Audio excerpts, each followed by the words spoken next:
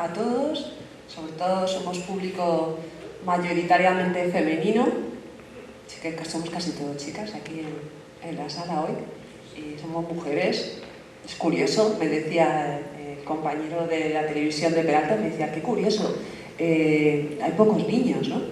Y digo, sí, pero es que el panorama es ese, sobre todo las que más leen en España somos las mujeres, lo sabéis, ¿no? ¿Sí? ¿Sabíais que las mujeres somos las que más leemos por aquí, en todos los sitios? Bueno, pues eso es un indicativo de algo. Es cierto que las mujeres leemos más. Y os agradezco mucho vuestra presencia esta mañana aquí, porque sé que es difícil un sábado, ¿no?, sacar tiempo para este tipo de historias que tienen que ver con la cultura. Muchas veces pues nos quedamos en la cama hasta altas horas de la mañana. Así que nada, voy a empezar, como esto es una presentación y un pequeño recital y lectura de libros, voy a empezar contándoos un poquito lo que he escrito, lo que más me gusta de lo que he escrito, y también voy a recitar y voy a leer alguna historia de miedo, de las de Eric Bogler, de las de crímenes, pero bueno, yo creo que Mara no se va a enterar de nada prácticamente, con lo cual, y Mario tendrá que aguantar el tirón, ¿no? Así que voy a empezar con... Este es el libro que han estado leyendo en el colegio, en tercero, cuarto, quinto y sexto de primaria. Se titula Soy una nuez. Es una historia que escribí aquí en Navarra. La escribí cerca de Roncesvalles, en una casa rural en Espinal, al lado de Burrete. Y fui allí un verano, he ido varios veranos a esa casa rural, y fui allí a inspirarme para escribir un libro de los de crímenes de Jaque Mate, de Eric Bogler, el número 7 de la colección, que transcurre precisamente en España. Es el único libro que se desarrolla en España de los de Eric Bogler, porque Eric es alemán, y bueno, lo he llevado por toda Europa y los lectores me pidieron saber que cuándo iba a venir a España, ¿no? Y yo decidí que el lugar de España donde iba a recalar era el Camino de Santiago, en la ruta del Camino francés que empieza a San Juan de Piedeport, pues esa primera etapa que culmina en Roncesvalles. Así que ese libro que supuestamente iba a escribir en esa casa rural, lo iba a empezar, yo me quedé en blanco, no se me ocurría ninguna idea, y en su lugar vi a un niño cayendo de un árbol, y esa fue la idea para Soy una nuez, por el árbol de mi vecino, que prácticamente invadía mi patio trasero, que era muy pequeño, y del que no caía ninguna fruta ni nada que tuviera mucho valor. Entonces, pues en ese momento de blanco, vi a un niño cayendo de un árbol, supuestamente del árbol del vecino, y yo pensé, bueno, ¿qué hay más valioso que un niño? ¿No? Eso es algo con muchísimo valor, ¿no? Un valor infinito. Y claro, si el niño cayera en mi patio, yo me podría quedar con él, porque sería mío, ¿no? Si cayera un melocotón en mi patio, del melocotonero del vecino, me lo podría comer, ¿no? Y si cayera un niño, me lo podría quedar. Y de ahí surge Soy una nuez, que fue premio DB en 2018. De mis poemarios he traído solamente dos. Me he dejado en casa uno que se titula Lo que saben los erizos. El primer poemario fue premio Ciudad de Orihuela de poesía para niños. Se titula El secreto del oso hormiguero. De él voy a recitar luego algún poema con vosotros. El segundo poemario es Lo que saben los erizos, y de este poemario voy a recitar uno de mis poemas preferidos, que lo voy a recitar de memoria, y en el de la tormenta pues vamos a recitar también alguno que otro, todos juntos, ¿no?, para hacer el poema colectivo, ¿no?, para pasárnoslo mejor. Luego también hay de un poemario que no he publicado, que se titula El despiste de las musarañas. Pues de este poemario también os voy a recitar un poema que está inédito, que todavía no ha salido como libro. Y después, pues mirad, aquí tengo un poco de todo, como el cambalache, ¿no?, el kiosco de libros. Mirad, hay una serie que a mí es mi serie preferida, que es esta, la de Eric Bogler, que tiene su segunda parte en Albert Zimmer. Estos son los libros que os decía que son de crímenes y de los que no hablé mucho ayer en los encuentros en el cole, ¿no?, porque como el protagonista era Soy una nuez, pues me centré más en ese, ¿no? Hoy me quiero centrar también en los libros de novela policíaca, ¿no? Porque por las edades que tenéis, yo creo que os va a gustar Erich Müller. Erich es un friki alemán, son 8 libros, os he traído el primero y el último, el octavo. Se deberían leer en orden, porque van siguiendo una línea cronológica. Él va a cumplir un año, desde los 15 a los 16, y cada libro se desarrolla en un país distinto, salvo el 1, el 8 y el 5 que transcurren en Alemania. Es un personaje alemán porque no me lo imaginaba español. Yo quería que fuera un protagonista bastante antiheroico, obsesionado con el orden y la limpieza, y quería que fuera un petardo, ¿no? Un brasas auténtico, ¿no? Y muy particular. Y no me apetecía, hombre, buenos días, papá, llegas tarde. Cuando llega tarde tu padre están muy malas cosas ya. Guti, sí, claro, la excusa perfecta. Bueno, que sepáis que mi padre me obligaba a llegar a todos los sitios 15 minutos antes de la hora y mirar ahora cómo se las gasta. Bueno, vamos a empezar con un poema que se titula... mirad, vamos a empezar con para levantar un poco los ánimos y para que cojáis energía, vamos a empezar con el despiste de la musaraña. Es un poema en el que explico cómo se viste una musaraña. La musaraña, sabéis que es un animal que va revolucionado, ¿no? Como muchos de nosotros en la actualidad, que estamos todos estresados, ¿no? Bueno, pues la musaraña va siempre a toda pastilla, tiene mucha prisa. Y el despiste de la musaraña, en este poema en concreto, es cómo se viste la musaraña. Cómo se viste una musaraña. Y para eso os voy a necesitar. Y yo me voy a levantar, porque este poema se hace de pie. Yo espero que todo el mundo se pueda levantar aquí. Y yo creo que estamos todos en forma, ¿no? Ahí hay una cara como de... Sí, es muy facilito lo que vamos a hacer, ¿eh? Mirad, esto es cómo se viste una musaraña. Lo voy a recitar yo primero, con los gestos, y luego lo recitamos todos juntos. Primero, para que lo vayáis aprendiendo. Dice, pero tenéis que levantaros. Sí, ya, nos levantamos ya. Dice...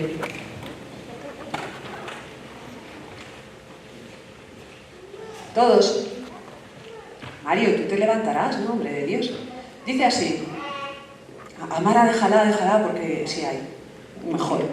Dice, por arriba la camisa, por abajo los zapatos, por arriba con las prisas los leotardos. Por arriba, por abajo, la camisa, los zapatos, los leotardos. ¿Sí? Vale, esto es el despacito, ¿no? Así que vamos a empezar, vamos a repetirlo otra vez porque veo que hay gente que se ha quedado como una estatua de sal. Así que estoy viéndoos a todos, ¿eh? O sea, es fácil. Desde aquí hay altura y se ve a todo el mundo. Así que empezamos. Por arriba la camisa, pero con las dos manos. Es que yo tengo el micro. Claro, es que no puedo soltar el micrófono. Pero sería, por arriba la camisa, por abajo los zapatos, por arriba con las prisas los leotardos, por arriba, por abajo la camisa, los zapatos, los leotardos. ¿Y vosotros dos? ¿Qué candejo los leotardos? Pero bueno, pero ya... Oye, un movimiento, papá, no me vale. Hay gente de 80 años que ha hecho esto. Y tú tienes menos. Mira que te he hecho, ¿eh? Dice, vamos allá, y lo voy a recitar sin micrófono, porque se nos oye a todos diciéndolo, ya nos lo hemos aprendido, ¿no? Y lo vamos a hacer con las dos manos. Papá, tú también, ¿eh? Allá vamos. Por oye, no, que se estoy viendo. Me va a fijar en vosotros, además. Por arriba la camisa, por abajo los zapatos, por arriba con las prisas los leotardos, por arriba, por abajo la camisa, los zapatos, los leotardos. Y ahora lo decís conmigo. Lo tenéis que recitar conmigo, ¿eh? Mira, pero conmigo y con energía, ¿eh? Mira, ya está aprendido, ¿no? Por arriba la camisa, por abajo los zapatos, por arriba las prisas, los leotardos, por arriba, por abajo la camisa, los zapatos, los leotardos. Es eso, ¿eh? Ahora vamos a ir a toda velocidad, ¿vale? Vamos allá, rápido. Por arriba la camisa, por abajo los zapatos, por arriba con las prisas, los leotardos. No os oigo. ¿Dónde estáis?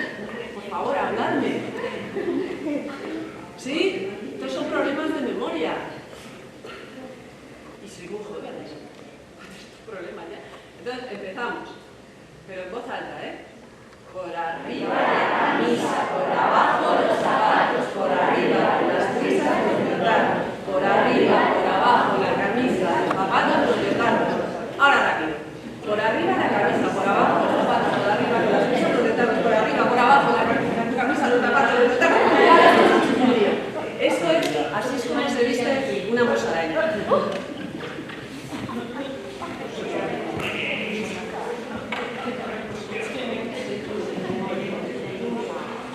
Bueno, y ahora os voy a contar uno de los cuentos como Pulgas, que es un libro que se me ha olvidado, pero es uno de mis libros más queridos.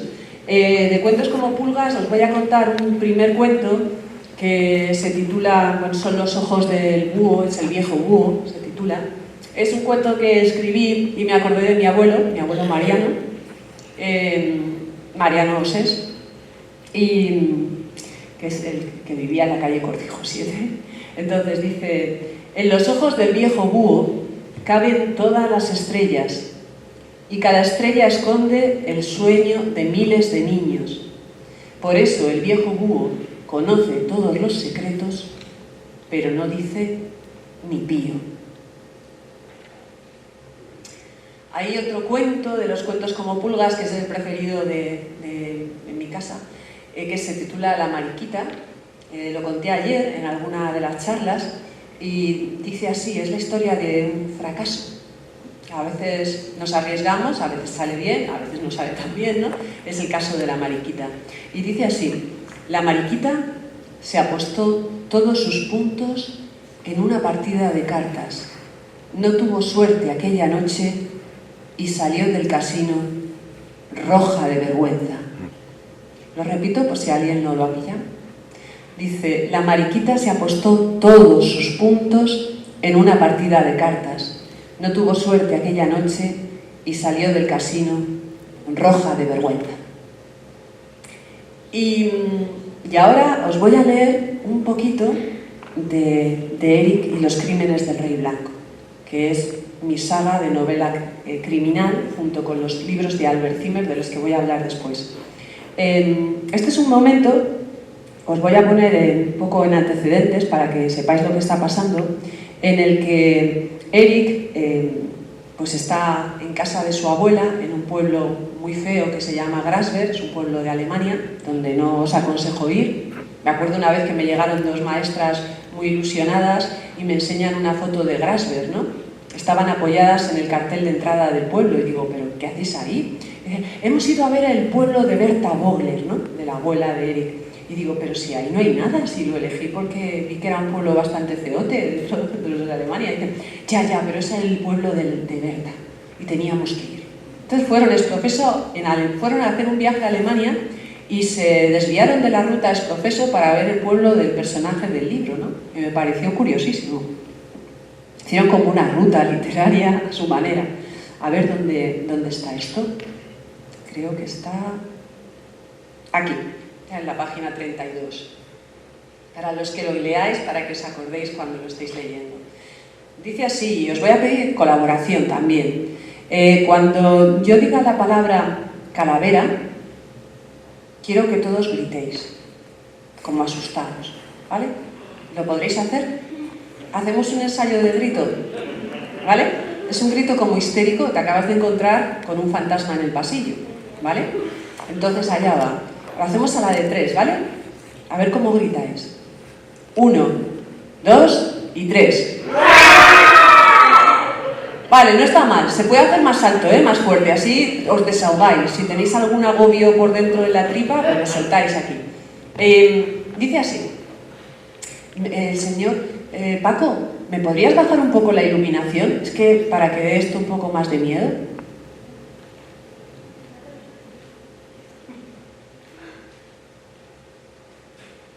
Mejor así, ¿no? Sí, ahora, al menos esto ya da otra impresión. Dice: para llegar al baño había que atravesar todo el pasillo. Eric tomó la toalla, su bolsa de aseo y un velón amarillento que le había dado su abuela. Cuando salió del dormitorio Tenía frente a él un túnel estrecho y oscuro. Desde aquella distancia era imposible ver la puerta del cuarto de baño. Con sus pantuflas escocesas comenzó a caminar despacio con mucha cautela. La madera rechinaba bajo sus pies y la luz de la llama oscilaba de un lado a otro. Por el efecto de la vela que sujetaba con su mano derecha, su rostro parecía el de un espectro, poblado de sombras, en el que las ojeras se acentuaban y los pómulos se veían pálidos y enfermizos. Mientras tanto, Berta se había acostado en su colchón de lana y roncaba con suavidad. Su nieto, en cambio, seguía avanzando por el interminable pasillo, encogido por el frío, por la oscuridad y por un temor profundo e inexplicable. De improviso, una ráfaga de aire helado apagó la llama que sostenía entre sus dedos. ¡No veo nada! Efectivamente, estaba rodeado de negro por todas partes y, por desgracia, no tenía ninguna cerilla para encender de nuevo el cirio. Se quedó muy quieto. Le había parecido escuchar a un ruido a su espalda. «Abuela, ¿eres tú?» Nadie le contestó. Su corazón comenzó a latir más rápido. Se giró con lentitud, mirando de reojo por encima de su hombro derecho. Distinguió entonces un leve resplandor blanquecino. Una extraña luz, casi irreal, rodeaba la imagen de la joven asesinada. Estaba flotando muy cerca de él. Apenas 1 metro de distancia los separaba. Eric sintió que le fallaban las piernas. Después, el rostro de la chica se inclinó sobre él, se acercó hasta casi tocar su cara y de forma repentina se transformó en una calavera. Bueno, sí, algo así. Vale, como quiero leer más de misterio, quiero que se quede así la luz. Así, muy bien, ahí estamos. Quiero que se quede así la luz porque os voy a leer también de Albert Zimmer, que es la segunda parte de Eric Vogler. Pues este primer libro se titula La bruja de Berchtesgaden. Es una leyenda alemana que hay en Navidades, igual que nosotros tenemos los Reyes Magos o el Olencero, pues allí tienen una bruja que se llama Frau Percha, y esta bruja lo que hace es, cuando te portas bien a los niños, pues les trae una moneda de plata. Pero si te portas mal, muy mal, como es el caso de lo que sucede en el libro, si te portas fatal, la bruja lo que hace es que te abre la tripa, te saca lo que hay dentro y te la rellena con trocitos de paja y con piedrecitas, estas del río, como guijarros pequeñitos. Y bueno, pues suceden 2 crímenes que todo indica que pueden ser obra de la bruja o de alguien relacionado con ella, y hay una tercera posible víctima que hay que intentar salvar, ¿no? Y llaman a Eric, a Albert y a la abuela para resolver los crímenes y para intentar evitar la muerte del tercero. Esto es lo que os puedo contar, porque si no ya destriparía demasiado la historia, y nunca mejor dicho. La bruja de Berchtesgaden contiene un asesinato que leí en prensa y que me dejó muy impresionada y que incluí y suavicé porque era un poco el móvil del crimen, el motivo por el que se cometieron los 2 crímenes de las Navidades. De aquí, bueno, la diferencia respecto a Eric Vogler es que aquí estoy contando en primera persona, el protagonista es Albert, pero están los mismos personajes, simplemente cambia la voz del narrador. Y bueno, comienza así, dice, bueno, el inicio no es exactamente lo que quería leer, pero bueno, también os voy a contar el inicio. Se titula La chica de Ámsterdam. Ámsterdam es la capital de Holanda. Dice, ella me esperaba en el mismo lugar y a la misma hora, en una esquina de la plaza Leidseplein, desde el primer año de la universidad. No me hacía preguntas. El silencio formaba parte del trato. Solo me daba lo que necesitaba a cambio de dinero.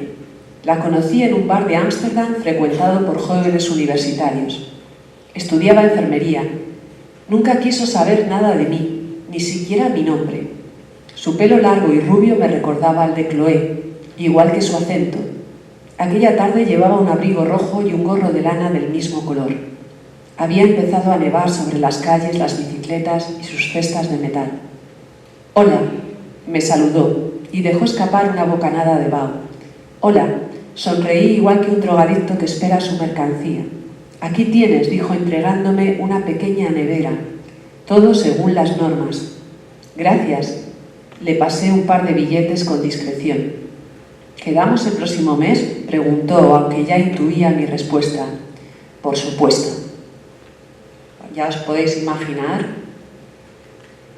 qué está comprando Albert Zimmer a esta chica.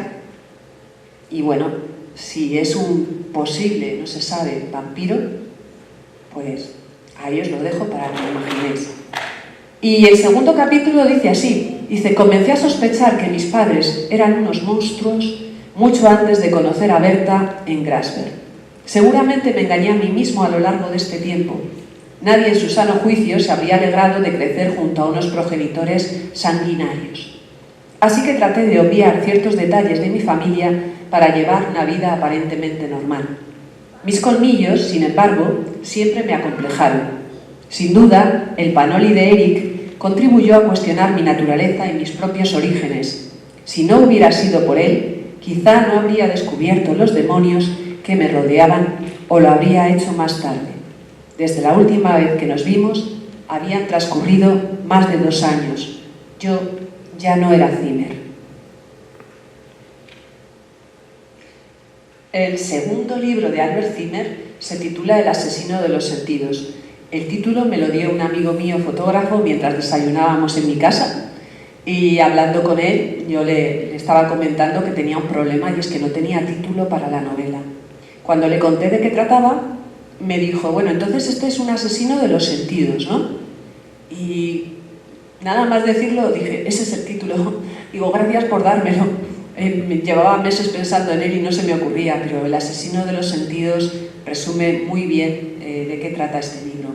En esta novela todos sabéis cuántos sentidos tenemos.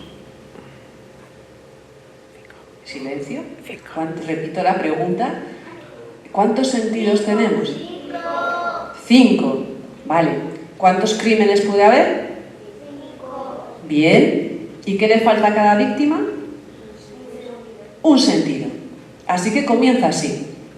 Habrá gente que dirá, qué salvaje es esta mujer. No, esto que voy a leer ya lo habéis leído de pequeñitos, la mayoría de los que estáis aquí. Pero de pequeñitos, pequeñitos, ¿eh?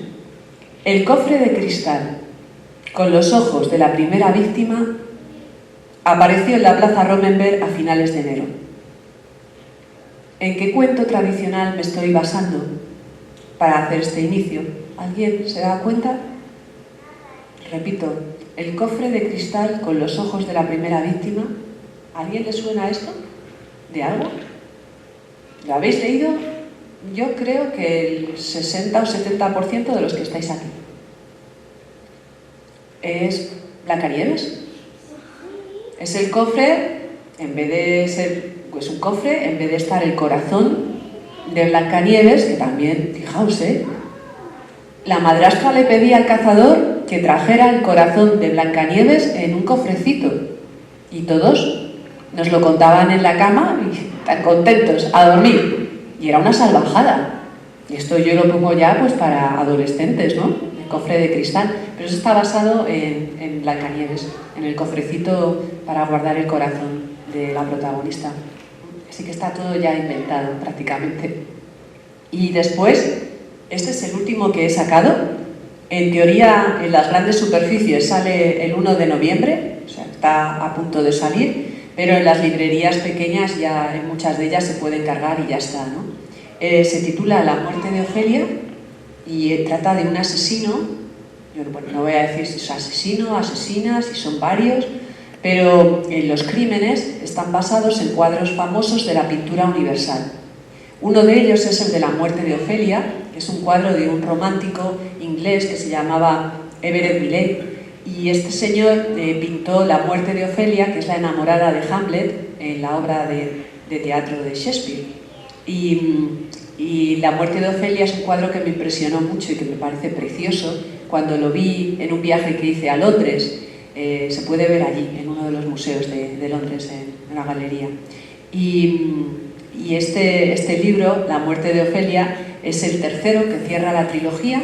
Los libros de Albert Zimmer son 3, porque, bueno, me han pedido que escriba más, pero yo no quiero, porque yo quería hacer una trilogía y luego comenzar la trilogía de Berta, que es la abuela. Entonces, quiero contar 3 casos, 3 crímenes que se resuelven, que tienen que investigar a partir de los ojos y de la voz de la abuela, de Berta Vogler, que tiene 72 años. Pero es una abuela que, como os he dicho, es de armas tomar, que es muy dinámica, y os contaré que aquí, en El asesino de los sentidos, hay un momento, es una mujer que ha sido subcampeona de esquí de Alemania, que se mantiene en forma. Para Eric es una especie como de bruja, porque tiene unos pelos de loca terroríficos, pero todavía conserva su atractivo, su sex appeal, como dicen los ingleses, ¿no? Y en este libro liga con el recepcionista del hotel donde se alojan, y el recepcionista tiene 35 años y ella 72. Pero bueno, también es mi manera de reivindicar que las mujeres pasados los 50, pasados los 60, seguimos vivas, ¿no? Y que igual que un hombre puede estar con una chica joven y nadie dice nada, pues porque una mujer mayor no puede estar con un chico mejor. Yo creo que tenemos el mismo derecho. Por eso digo que a mí me interesa que haya mucho público femenino para que escuche estas cosas y las lea en los libros, para que vea que las mujeres tenemos una vida más allá de una determinada edad, que no desaparecemos del mapa y que seguimos teniendo, por ejemplo, pues, deseos, ilusiones. Nos puede parecer un hombre atractivo, o sea, que no de repente nos recluimos en un convento y ya desaparecemos de la faz de la tierra, ¿no? Y bueno, esta es mi contribución, un poquito, lo poco que puedo contribuir, pero yo creo que está bien para que las nuevas generaciones sean menos machistas que las que hemos vivido nosotros, que yo creo que me parece que está produciendo un retroceso en muchos avances que hemos hecho las mujeres. Y ya no os cuento si estamos en otros países de África o de Asia, ya. Allí ya es una historia ya un poco medieval, ¿no? Y bueno, pues se trata también de, a través de los libros, crear conciencia y luchar contra cosas que te parecen injustas, ¿no? Y yo lo puedo hacer con un personaje como Berta. Fijaos, en todos los institutos donde he ido por España y colegios, he preguntado a los chavales, a los lectores de Eric Vogler, que qué preferían. Hacer una trilogía con Chloé, que es la chica de la que se enamora, que es una chica joven, o hacer la trilogía con Berta, con la abuela.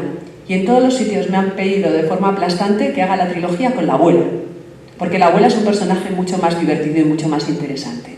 Te ríes muchísimo con los conflictos que tiene las peleas con su nieto, ¿no? Y con el hecho de que Albert Zimmer sea su preferido. Y ese triángulo es tan potente, y a Berta la conocemos desde el primer libro. Chloé aparece en el cuarto. Chloé va ganando protagonismo ya en la saga de Albert Zimmer. En la de Eric no era un personaje tan importante, era secundario. Que me encanta porque es romper otro estereotipo. Normalmente nunca veréis una protagonista de 70 años o 72 en este caso, protagonizando un libro de literatura juvenil. Y eso me gusta. Muchos de mis personajes protagonistas de mis libros no son niños, es gente mayor. Por ejemplo, en Benjamin Wilson y el caso de la mano maléfica, que es uno que no he podido traer, pero que está ahí, en Benjamin Wilson el protagonista es un señor que está a punto de jubilarse, Benjamin, que le pongo ese nombre precisamente porque significa pequeño, Benjamín, ¿no? Y para nada es pequeño, es un señor mayor que pesa 90 y pico kilos y que de repente por un error del Ministerio de Educación tiene que volver al colegio, porque según una carta que recibe tiene 7 años y está en edad escolar. Y además va la policía a su casa para llevárselo a la escuela, porque dice que claro, que es un delito que un niño de 7 años no esté escolarizado. Es totalmente absurdo, totalmente surrealista, muy kafkiano, pero es algo que a lo mejor podría pasar. Y ese señor, casi jubilado, se encarga de descubrir a esa mano maléfica que son los chicos mayores que hacen bullying a los pequeños de la clase de 7 años, ¿no? Se encarga de desenmascararlos y de denunciarlos, ¿no? Este tema para mí es muy interesante, está basado en muchos de mis recuerdos de mi colegio cuando yo era pequeña, y es un tema que me interesa, que es el de hablar sobre el acoso escolar y sobre el bullying, para intentar concienciar a la gente en la clase que no se tienen que reír de ningún compañero, ¿no? Eso también es importante. Y después hay una serie que he empezado hace poco, bueno, llevo 3 libros ya realmente, que es esta de Brian McNeill. Es una aldea irlandesa, están todos un poco como una cabra, son muy divertidos. Y bueno, os quiero leer el primer capítulo del segundo libro. El primero se titula Plasticus, es un plan de la aldea irlandesa, fingen algo, es súper alocado y de mucha risa, para acabar con la mayor fábrica de plástico del mundo, ¿no? Que les está contaminando la playa y que pues tiene la aldea totalmente destrozada, ¿no? Con toda la avalancha de plásticos que le llegan por el mar. Y este de aquí, que es el que os he dicho, love.com, pues es sobre el peligro de enamorarse en las redes sociales, ¿no? Porque ahora se estila mucho las páginas y esta página, love.com, es una página peligrosa porque hay un secreto detrás de love.com, y es que hay usuarios que están empezando a morir de forma sospechosa. Entonces, os voy a leer el primer capítulo, que está basado en una noticia que escuché en el telediario. En el telediario escuché que un señor japonés hace unos años se quería casar con un holograma de un dibujo de una niña, o sea, de una chica japonesa. Era un holograma, o sea, no existía, era una imagen proyectada con el ordenador. Y se quería casar y había organizado, como claro, allí en Japón no le podían casar con un holograma, habían organizado una especie de ceremonia, de ritual, y salió en los telediarios de todo el mundo. Y por todas las páginas de internet apareció el japonés que se casaba con el holograma, ¿no? Esto era real. A mí me pareció tan locura y además tan de risa que dije, esto lo voy a utilizar yo para uno de mis libros. Hace poco me enteré, por un maestro en una escuela, que el japonés había vuelto a salir en los medios de comunicación, porque la empresa que creaba el holograma de la chica había cerrado. Entonces dije, el japonés se ha quedado viudo. Claro, porque ya no tiene el holograma, ha perdido a su pareja. Digo, pobrecillo, el japonés da para una segunda parte. Bueno, en el primer capítulo del libro, las ilustraciones son preciosas, de Mónica Armiño, son ilustraciones de animación, porque ella hace series de animación como Pocoyo, que a lo mejor os suena, los dibujos de Pocoyo, pues ella participó en ellos. Es la propuesta que le hace uno de los del pueblo, de la aldea irlandesa, que se llama el señor Nolan, se la hace al cura del pueblo y le propone precisamente que le case con un holograma. Y esta es la conversación entre ellos. Dice así: estoy en la página 7, es el inicio del libro. Dice, al párroco, el padre Quinn, jamás le habían hecho semejante proposición. Por ese motivo casi se le salieron los ojos de las órbitas cuando la escuchó. Y como no daba crédito, pidió a su feligrés que se la repitiera para salir de dudas. Uy, uy, uy, uy, dijo metiendo las manos en las mangas de su sotana. Me temo que eso va a ser imposible. Es que yo me quiero casar con ella, estoy muy enamorado. ¿Se da cuenta de lo que me está pidiendo? El señor Nolan miró con expresión embelesada la imagen que proyectaba su móvil y que flotaba en el aire junto a ellos. A mí me haría mucha ilusión que usted nos casara en esta iglesia. Aquí me bautizaron. No puedo, no insista, es una locura. A Nolan se le había ido la pelota. Pero, ¿por qué no nos puede casar? Se trata de una chica soltera y mayor de edad. Es muy formal. ¿Una chica?, preguntó Quinn apretando los labios. Bueno, una chica virtual. Nolan, no se engañe, es el holograma de un dibujo japonés. No es una chica de verdad. Entiéndame, padre, para mí resulta perfecta. Nos llevamos fenomenal. No discutimos nunca. Me hace compañía, conoce mis gustos y aficiones. Y dice el cura, está programada. Ya sí lo sé, pero ¿quién me iba a querer a mí con la edad que tengo? Sin dientes, cegato perdido y medio cojo. Ella me parece joven y hermosa, y ni siquiera tiene celulitis. Claro, le dice el cura, porque es de mentira. Se llama Kira. ¡Ay, señor! ¿Usted se casaría con un Pokémon? No, válgame el cielo. Los Pokémones son unos bichos muy feos. El padre Quinn se llevó la mano a la frente. ¿Dónde se conocieron? ¿Kira y yo? El sacerdote asintió. En love.com. Pues ya está escribiendo a esa página y despidiéndose de la tal Kira. ¿Me está pidiendo que corte con ella? Que no es una persona, es un diseño informático, ¿no se da cuenta? Es que ella me hace muy feliz y estoy enamorado. Cásenos, por favor. Este es el primer capítulo de love.com. Y imaginaos la sorpresa de la aldea cuando en el segundo capítulo se encuentran que el señor Nolan se ha caído por el acantilado del pueblo, ¿no? Pues ahí empieza la investigación.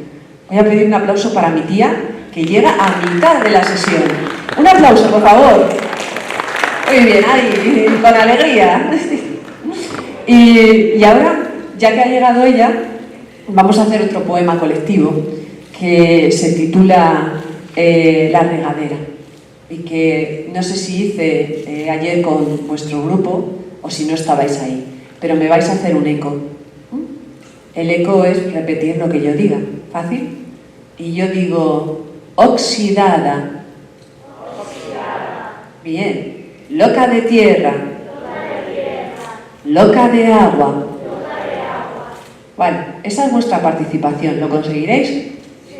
Sí, ¿no? Vale, yo voy a ir subiendo volumen y bajándolo y vosotros conmigo, ¿Vale?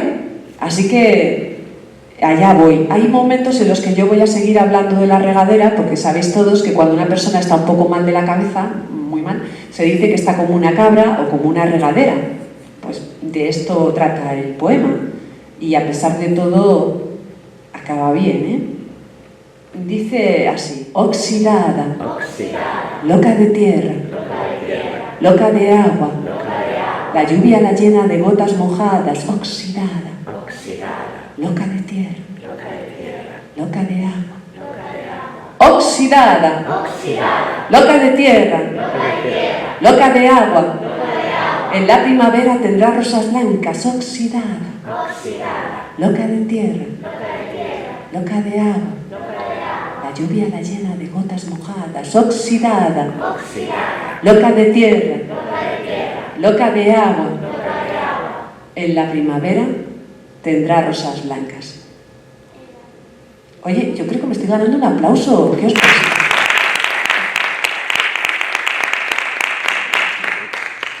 Bueno, y os voy a recitar uno que no está aquí en mis libros y que voy a recitar de memoria. Este es uno de mis poemas preferidos. Hay mucha gente que no lo entiende y piensa que estoy hablando de un pájaro carpintero, pero en realidad estoy hablando de cuando lloramos hacia adentro, que es malo. Es mejor llorar hacia afuera, porque si nos quedamos con los problemas dentro, los problemas luego te pueden ir ahogando y te pueden ir inundando, ¿no? Hasta que el vaso al final se desborda. Pues trata de esto el poema. Yo creo que es mi preferido de todos los poemas que he escrito, y se titula Las lágrimas del pájaro carpintero. Y dice así, es llorar hacia adentro. Toc, toc, caen las lágrimas del pájaro carpintero. Toc, toc, se desliza el llanto por el árbol hueco. Toc, toc, hacia las raíces. Toc, toc, hacia los silencios.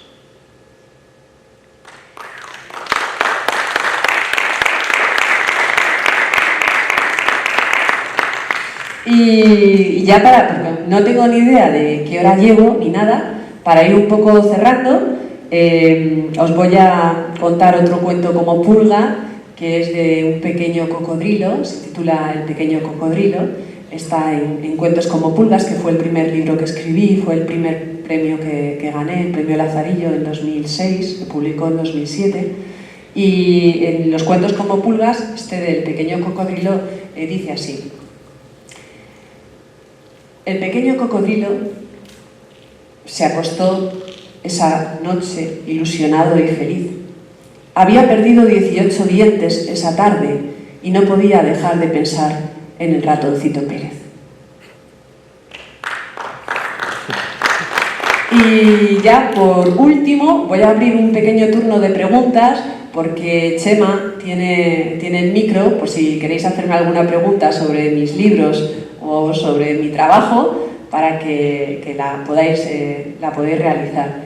Se lo decís a Chema y que os pase el micro, o si queréis hacerla sin micrófono, yo creo que nos podemos escuchar más o menos. Bueno, es que no he hablado de un libro que tiene que ver con el pueblo. Es un libro que tiene que ver... Muchas veces escribo a partir de historias familiares o de anécdotas que me han pasado de viajes, ¿no? Muchas anécdotas de risa que aparecen en los libros de Eddie Bowler que me han sucedido a mí, ¿no? Y las introduzco. Aprovecho todo, para mí todo es material creativo. Y bueno, aquí hay una historia que es como el eje vertebral de este libro, que es una historia de mi familia. Es una historia, yo siempre veía una foto de mis tíos y había un tío que estaba en esa foto y que faltaba, ¿no? Entonces yo contaba y decía, aquí son 3 tíos, mi padre, son 4 hermanos, digo, aquí hay uno de más. Entonces era Jesús Mari, me contaron la historia que se ahogó en el río Arga, ¿no? Cuando era pequeño y bueno, y cómo fue, ¿no?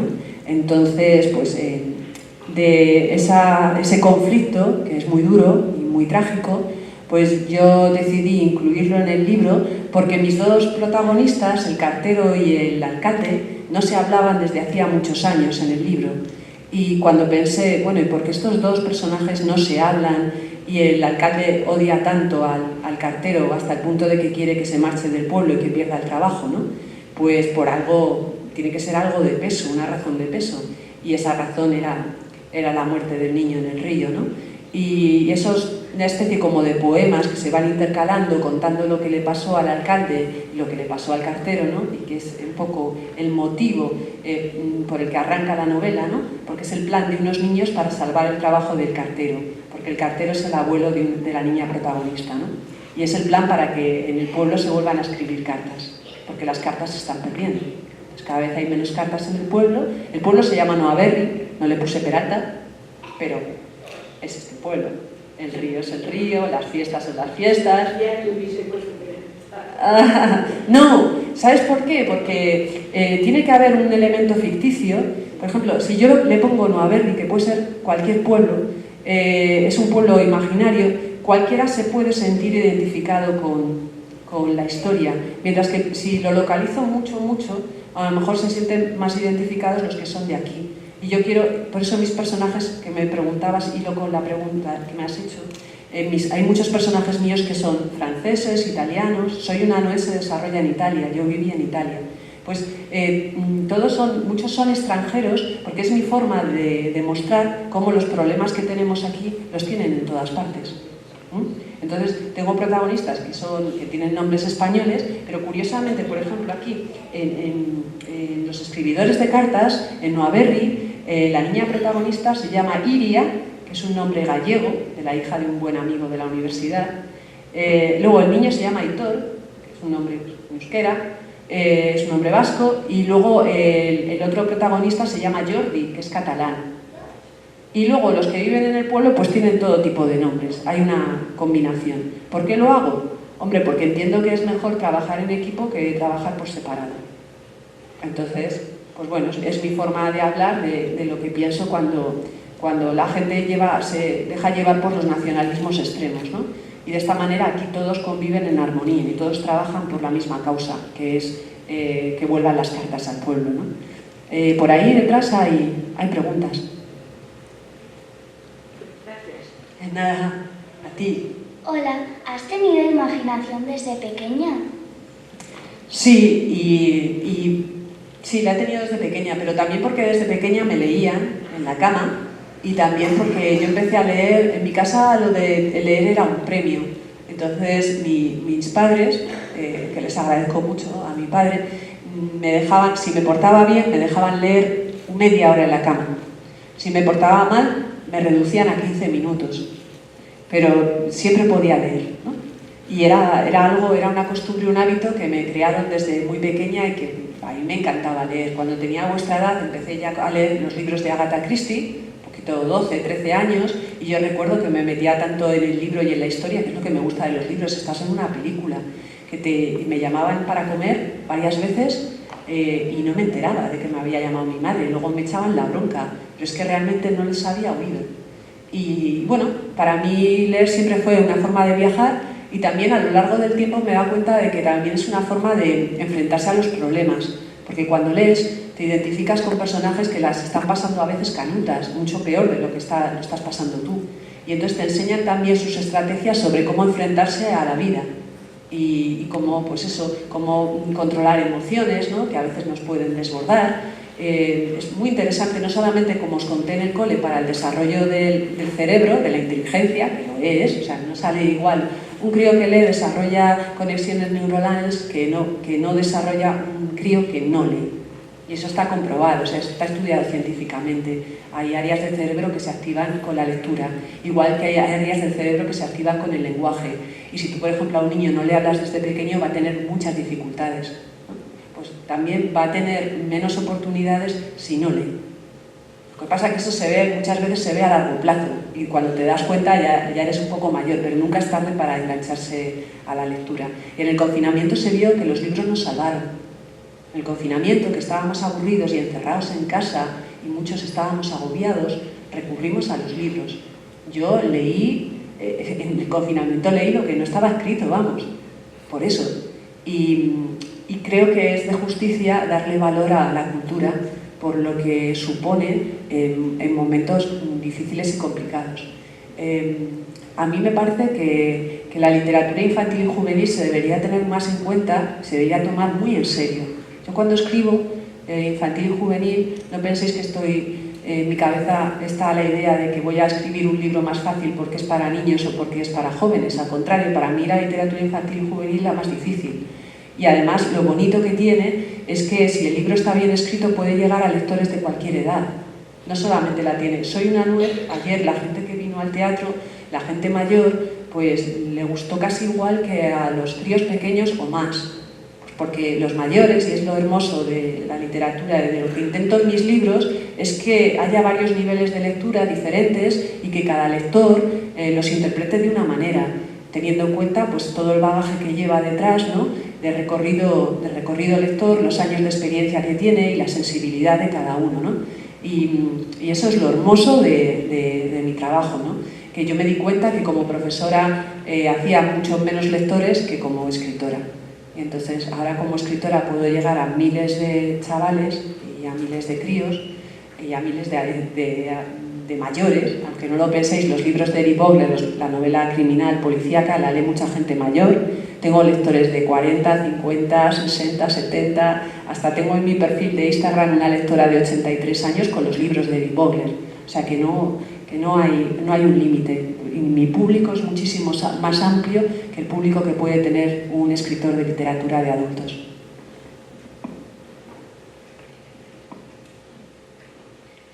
¿Con cuántos años tuviste la idea de que ibas a ser escritora? Bueno, hace poco me reuní con las amigas del colegio, que hacía 35 años que no las veía, o 36, y una de ellas me recordó cuando iba a su casa de pequeñas. Yo iba con la máquina de escribir que me había regalado mi tío, que fue un regalo providencial, y decíamos que íbamos a ser escritoras, ¿no? Desde ahí, que tendríamos 11, 12 años, a mí ya me gustaba la escritura.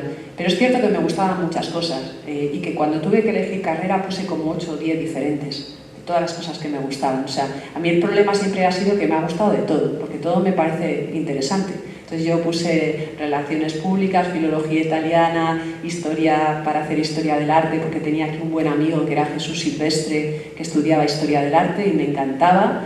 Entonces pues era uno de los amigos de la cuadrilla y yo todo lo que veía que me parecía interesante pues lo quería estudiar, ¿no?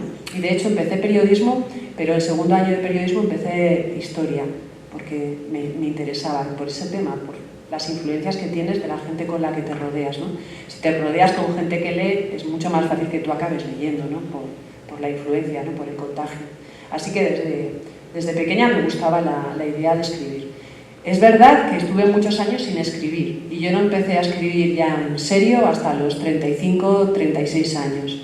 Y considero que hasta el 2014, que es el año en el que se publica Eric Vogler y los crímenes del rey blanco, y se publica otro libro mío que es Un cocodrilo para Laura, a partir de ahí ya empiezo a escribir con cierta frecuencia y sin necesidad de ganar premios. Pero de 2007 a 2014, esos 7 primeros años, pues solamente lo que hice fueron 3 libros, que eran 3 premios. Fueron 3 premios, no escribí nada más. ¿Has pensado en escribir? ¿Solo adultos? Sí. Bueno, por ejemplo, en la novela criminal, los únicos límites que tengo son el sexo, que no lo toco, evidentemente no lo toco, y también la forma en la que puedo describir un crimen, porque es una forma muy ligera, es un toque, y muchas veces utilizo la poesía o utilizo el humor para que no sea algo demasiado agresivo, ¿no? Que las noticias del telediario son mucho peor que mis libros, claro, eso está clarísimo, y mucha gente come con ellas, ¿no? Que yo no sé cómo tienen estómago para comer con las noticias del telediario. Pero sí que hay ese límite, pues a lo mejor me apetece en algún momento dado pasarlo, ¿no? Y decir, pues por ejemplo, yo no pongo palabrotas en mis libros, en los libros de novela policíaca, y pues lo máximo que te puedes encontrar es joder, ¿sabes? O algo así, o jolín, pero yo sé que si por ejemplo un chaval que está en la universidad ya diría otras cosas, ¿no? Aparte de eso. A veces me tomo la licencia y digo que ha dicho palabrotas en alemán, ¿no? Y una serie de improperios en alemán, pero no especifico cuáles. Ahí podría tener más libertad. Pero en lo demás, en cuanto a los temas que toco, son los mismos en juvenil que los que se podrían tocar en adultos. Es decir, hay una cierta diferencia, sobre todo en el ritmo. Por ejemplo, lo que notáis, si un lector adulto lee mis libros juveniles, lo que va a notar es que el ritmo es mucho más ágil. Es decir, las descripciones de 2 o 3 páginas no aparecen, porque entonces el lector me deja, me abandona. El lector juvenil es más exigente porque no aguanta la paja. Y en la novela adulta, novela negra, yo leo también novela negra, claro, de adultos, y hay mucha paja. Y yo no la tengo.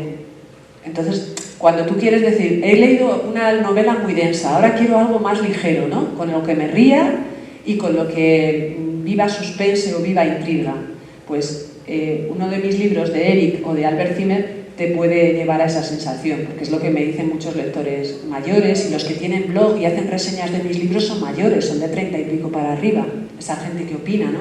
Los que opinan en Goodreads no son chavales de 12 años ni de 13, es gente de 20 y pico o de 30 y pico, ¿no? Y están opinando sobre mis libros de Eric Vogler. A veces alguno dice, es que es demasiado juvenil. No es que sea demasiado juvenil, es que está destinado a los jóvenes y tú también lo puedes leer si quieres, pero lo tienes que leer contando con esas normas y esas licencias que me puedo permitir yo como escritora juvenil. Es un poco, esa es la historia. Y pasar a una novela negra ya de adultos, pues lo he pensado. Lo que pasa es que ahora, como tengo tanto trabajo con la trilogía de Berta, que son muchos meses, cada uno son 7 meses de trabajo, los de Albert Zimmer, ahora que solamente me dedico a escribir, los de Eric Vogler eran 1 año de mi tiempo, porque lo combinaba con las clases, era profesora de literatura.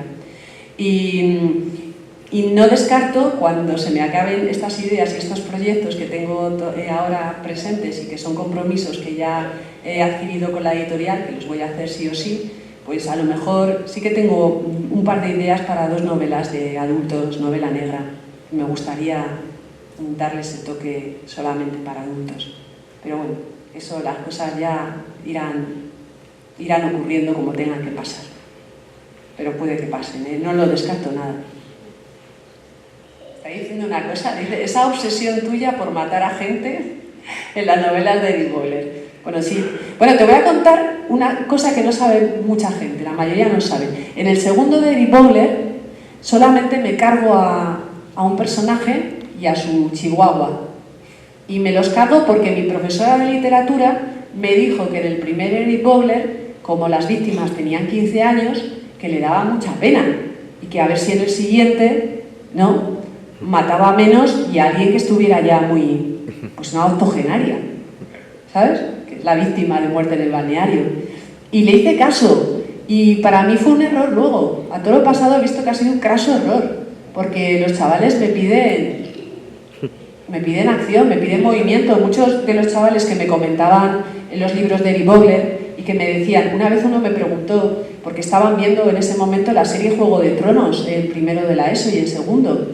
Entonces, claro, de repente uno me pregunta desde el fondo, ¿pero vas a matar a Eric Vogler? Y yo me quedé así y dije, pero vamos a ver, digo, me vas a contestar tú a esa pregunta. ¿Tú te crees que un personaje con el que llevo, pues ahí llevaba como 6 libros publicados, con el que llevo 6 años, con el que me lo paso tan bien, que da tanto juego, que me permite inventar todo tipo de crímenes, que es un gafe, que es un imán para los asesinos? Digo, ¿tú te crees que yo lo voy a matar? Y entonces él se quedó así y me dijo, no.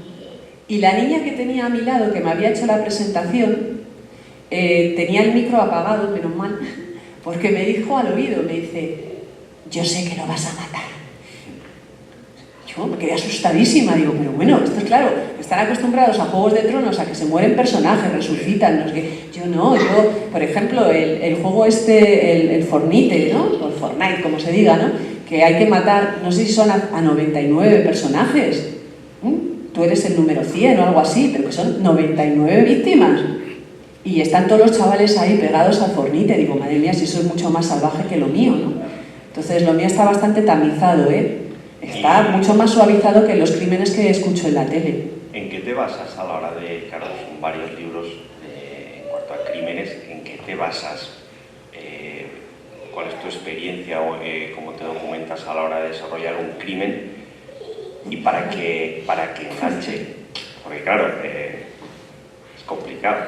Es que me trae la risa porque, madre mía, los primeros títulos de Eric Vogler, claro, efectivamente, yo decía, no tengo ni idea de cómo se hace un crimen, ¿no?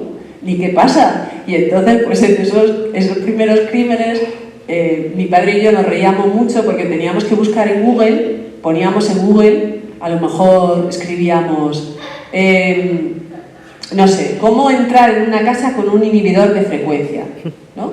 O, yo qué sé, ¿o se puede matar a alguien con un palo de billar?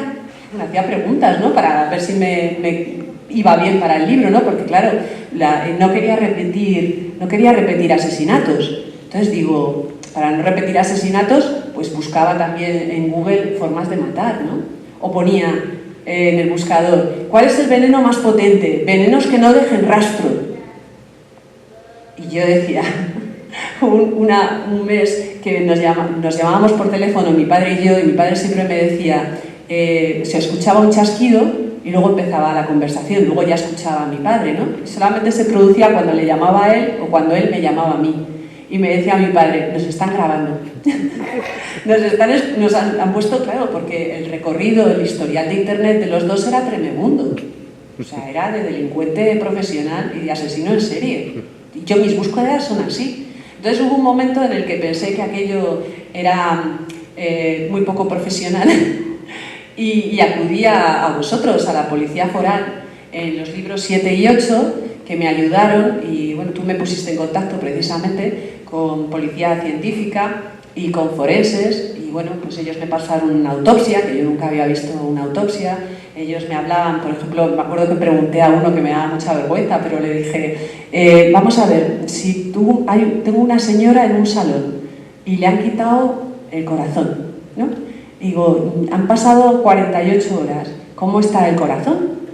Porque yo no tengo ni idea de si le han podido salir cosillas al corazón, ¿no? Larvas o qué sé, lo que se ve en PSI, ¿no? Entonces me explicaron que el corazón, 48 horas después, en una casa en Alemania y tal, me preguntó él, ¿tiene calefacción la casa o no?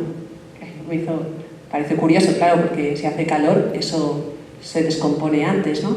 Pero me dijeron que un corazón pues era como un filete pasado, que lo sacas de la nevera y se te queda marroncillo, pues así, ¿no?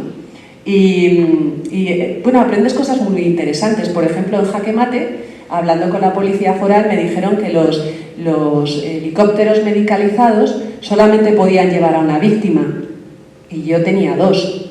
con lo cual necesitábamos 2 helicópteros o resolver la historia de alguna manera para que pudiera resultar creíble, ¿no?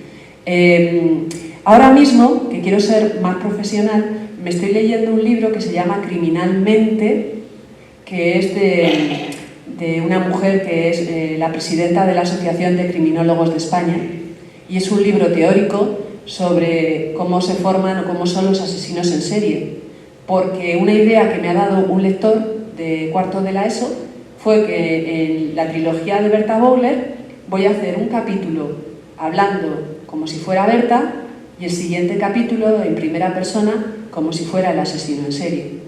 Entonces me tengo que poner ya en la mente de un asesino en serie, y que no sé cómo funciona un psicópata de ese tipo, ¿no? Y bueno, pues estoy aprendiendo mucho sobre... Me gusta, me dicen, ¿pero por qué te gusta eso, no? Porque luego estoy con El secreto de los hormigueros, los poemas de cuentos como Pulgas, ¿no? Los microrrelatos con animales y tal, y de repente aparezco con un crimen, ¿no? Y me gusta porque me gusta coger al malo. Es una sensación. O sea, yo sé cómo va a terminar el libro y sé lo que voy a hacer con el asesino.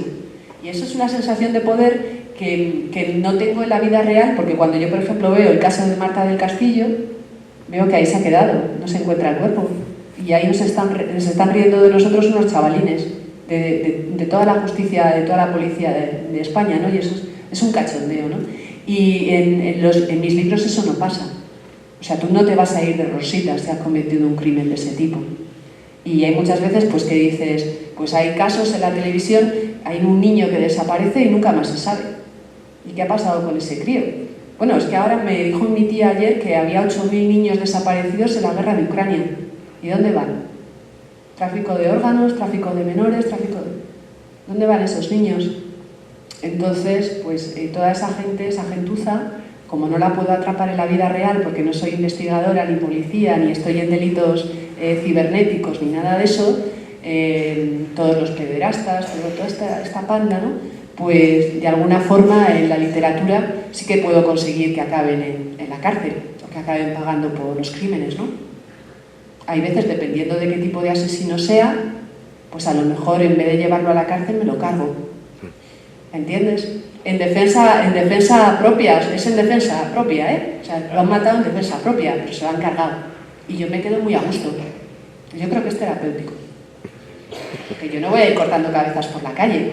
Aunque a más de uno le daría un martillazo en la cabeza. Como no lo puedo hacer, pues utilizo los libros para eso. ¿Alguna pregunta más que haya por aquí?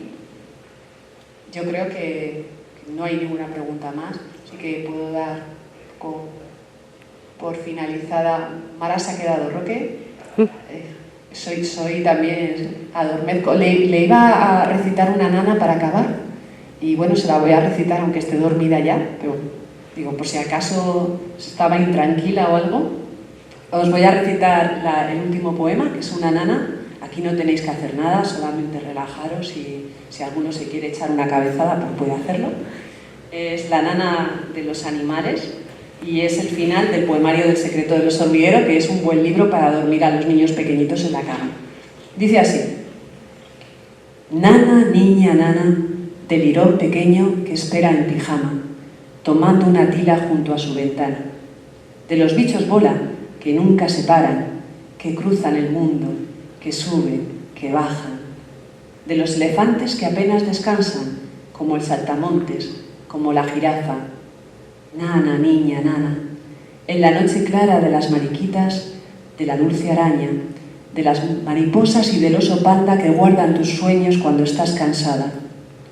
Nana, niña, nana, del oso hormiguero que vuelve a la cama, que tiene un secreto, que no dice nada. La niña se duerme, la niña se calla, en la boca tiene sonrisa de nata. El tigre la mira, la coge en sus garras. Con mucho cuidado la lleva a la cama. La ropa despacio, la besa en la cara, le apaga luciérnagas con solo rozarlas. La niña se duerme, la niña se calla y sueña que un tigre le canta a una nana. Nana, niña, nana.